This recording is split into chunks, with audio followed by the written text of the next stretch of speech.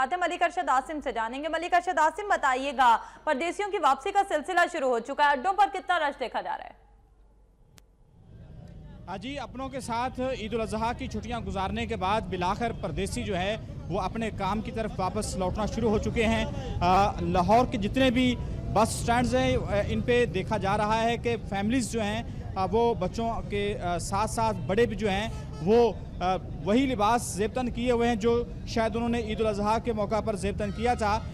भरपूर छुट्टियां गुजारी गई हैं। जो परदेसी यहाँ पे लाहौर में काम करने के लिए आते हैं, कोई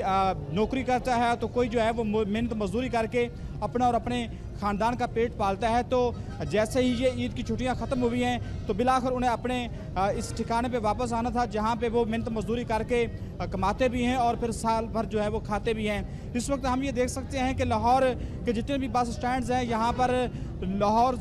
के मुज़ाफ़ात समेत पाकिस्तान के तुल अर्ज़ से जो आने वाली ट्रांसपोर्ट है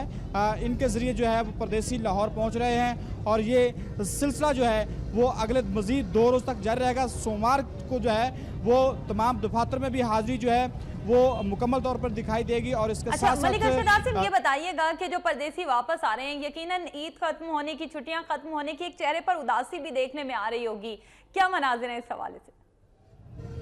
जी, आपने बिल्कुल दुरुस्त निशानदेही की है कि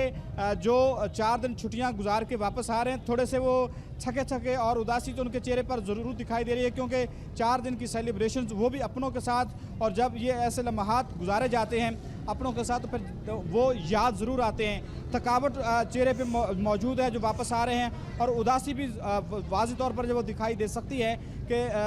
आज दोबारा वो अपने